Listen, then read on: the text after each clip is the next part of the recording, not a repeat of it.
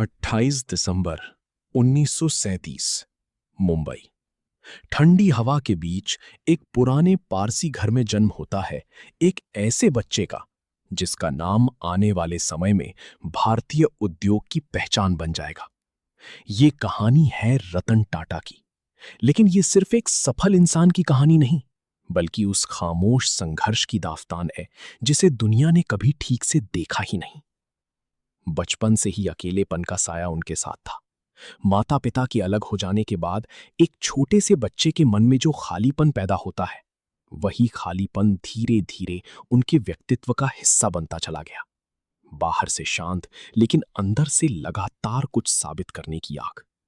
एक ऐसी आग जो समय के साथ और तेज होती गई। 1962 लॉस एंजलिस। जब दुनिया रंगीन सपनों में खोई हुई थी, तब रतन टाटा अपने करियर की शुरुआत एक आर्किटेक्ट के रूप में कर रहे थे। लेकिन किस्मत ने उनके लिए कुछ और ही तय कर रखा था। अचानक भारत लौटने का फैसला, और फिर टाटा ग्रुप में एक साधारण कर्मचारी के रूप में काम शुरू करना। कोई विशेष पहचान नहीं, कोई विशेष सुविधा नहीं, बस एक नाम जिसे साबित करना बाकी था। जमशेदपुर के कारखानों में काम करते हुए मजदूरों के साथ वही धूल, वही पसीना। ये वो दौर था जब रतन टाटा खुद को समझ रहे थे और दुनिया उन्हें नजरअंदाज कर रही थी। 1991 मुंबई। टाटा ग्रुप के अंदर एक तूफान उठ रहा था। जेआरडी टाटा के बाद जब रतन टाटा को चेयरमैन बनाया गया, तब यह फैसला हर किसी को मंजूर नहीं था। बोर्ड रूम के अंदर खामोशी थी, लेकिन उस खामोशी के पीछे विरोध की आवाजें गूंज रही थीं। रूसी मोदी जैसे ताकतवर नाम खुलकर सामने थे, जो इस बदलाव को स्वीकार करने के लिए तैयार नहीं थे। हर मीटिंग, हर निर्णय एक परीक्षा बन चुका था। ये सिर्फ एक कुर्सी की लड़ाई नहीं थी, ये उस पहचान की लड़ाई थी जिसे रतन टाटा सालों से बनाने की कोशिश कर रहे थे। 1998 भारत। एक ऐसा साल जिसने सब कुछ बदल दिया। टाटा इंडिका का लॉन्च, भारत की पहली पूरी तरह से स्वदेशी कार। लेकिन जैसे ही ये कार बाजार में आई, असफलता ने दरवाजा खटखटा दिया।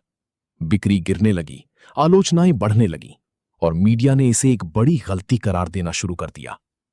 एक समय ऐसा आया जब टाटा ग्रुप को अपनी इस परियोजना को बेचने का विचार करना पड़ा। फोर्ड के साथ मीटिंग, जहां रतन टाटा को अपमान का सामना करना पड़ा। लेकिन उस अपमान ने एक नई जिद को जन्म दिया, एक ऐसी जिद जिसने इतिहास बदल दिया।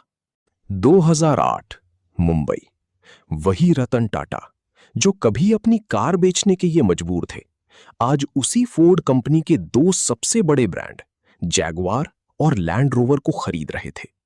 यह सिर्फ एक व्यापारिक सौदा नहीं था, ये एक खामोश बदला था, एक ऐसा जवाब जो बिना शब्दों के दिया गया था। दुनिया देख रही थी, लेकिन इस जीत के पीछे छुपी हुई सालों की पीड़ा, संघर्ष और असफलताओं की कहानी सिर्फ रतन टाटा ही समझ सकते थे। धीरे धीरे समय बीतता गया, लेकिन रतन टाटा की कहानी कभी खत्म नहीं हुई। एक ऐसा इंसान जिसने कभी अपने संघर्ष को दुनिया के सामने नहीं रखा, जिसने हर अपमान को चुपचाप सहा और उसे अपनी ताकत बना लिया। आज जब उनका नाम लिया जाता है, तो लोग सिर्फ उनकी सफलता को देखते हैं, लेकिन उस सफलता के पीछे छुपी हुई अंधेरी रातों को शायद ही कोई समझ पाता है। यही वो सच्चाई है जो रतन टाटा की कहानी को एक साधारण जीवनी से कहीं ज्यादा एक गहरी, खामोश और रहस्यमय यात्रा बना देती है।